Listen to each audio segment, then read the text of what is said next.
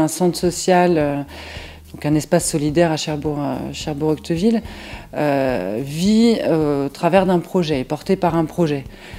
Nous, il se déroule sur 4 ans, donc là, il fallait renouveler le projet pour les 4 prochaines années.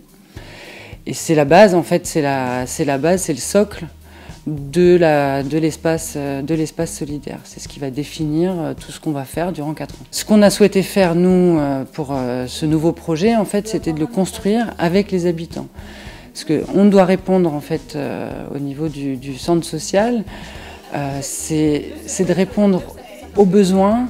On fait une proposition, soit d'activité, soit de participation, d'échange, d'accompagnement, mais en rapport aux besoins d'un quartier. La démarche de renouvellement de projet devait se réaliser de la façon suivante, c'est-à-dire de faire un diagnostic de territoire pour pouvoir lister les besoins, les besoins des habitants, les besoins du quartier, d'évaluer le précédent projet pour voir si on avait atteint nos objectifs, ce qu'il fallait améliorer, ce qui nous permettait là-dessus, sur ces 2 supports-là, de se projeter sur les prochaines années. C'était essentiel que ça se fasse avec les habitants, qu'on le construise avec les habitants.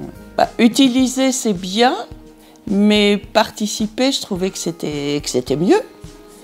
C'était une autre façon de s'engager, de participer à la vie du quartier. C'était essentiellement des discussions, des échanges d'idées, mais tout en vrac. Et puis après, on trie, on améliore, on élimine ce qui est un peu utopique.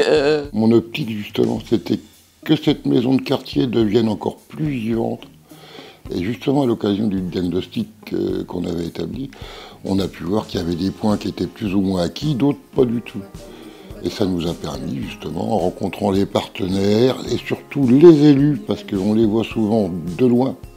Et là, quand on les a invités, ils sont venus à notre contact.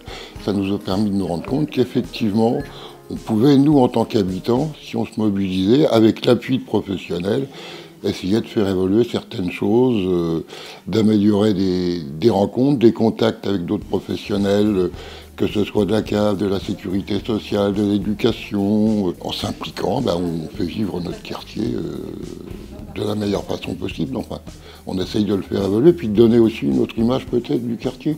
Comme quoi on ne fait pas qu'habiter, on participe aussi au mieux vivre ensemble, dirons-nous. À bientôt sur tvie.tv.